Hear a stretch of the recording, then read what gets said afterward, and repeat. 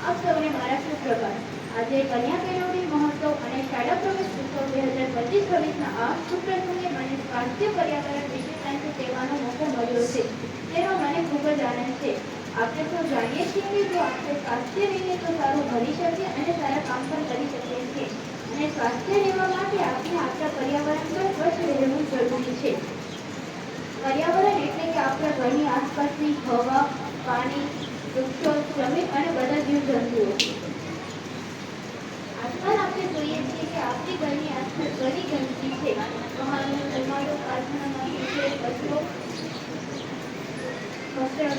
પ્લાસ્ટિકનો વધુ પડતો ઉપયોગ, આ બધું આપણા પર્યાવરણને બગાડે છે. આના કારણે આપણે શ્વાસ લેવામાં તકલીફ થાય છે, પાણી ગંદુ થાય છે અને ઘણી બીમારીઓ પણ થાય છે. આપણે આપણા પર્યાવરણને સ્વાસ્થ્ય રાખવા માટે શું કરી શકીએ? આપણે વધુમાં વધુ વૃક્ષો વાવવા જોઈએ, પાણીનો બગાડ ન કરવો જોઈએ, કચરો કચરાપેટીમાં નાખવો જોઈએ અને પ્લાસ્ટિકનો ઉપયોગ ઓછો કરવો જોઈએ. આપણે આપણી શાળામાં પણ સ્વચ્છતા જાળવવી જોઈએ. અહીં કચરો ન કરીએ, છોડવાનું ધ્યાન રાખીએ. આજે જે નાના ભાઈ બહેનો આપણી શાળામાં નવા આવ્યા છે તેને પણ આપણે સ્વાસ્થ્ય પર્યાવરણનું મહત્વ શીખવવું પડશે.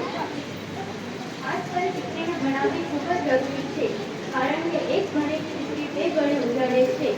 તે સ્વાસ્થ્ય અને સ્વચ્છતાના પાઠ પોતાના ઘરમાં અને સમાજમાં શીખવી શકે છે.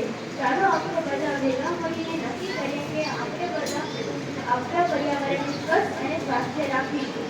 યાદ રાખો, સ્વસ્થ પર્યાવરણ એ સ્વસ્થ જીવનનો આધાર છે. આભાર.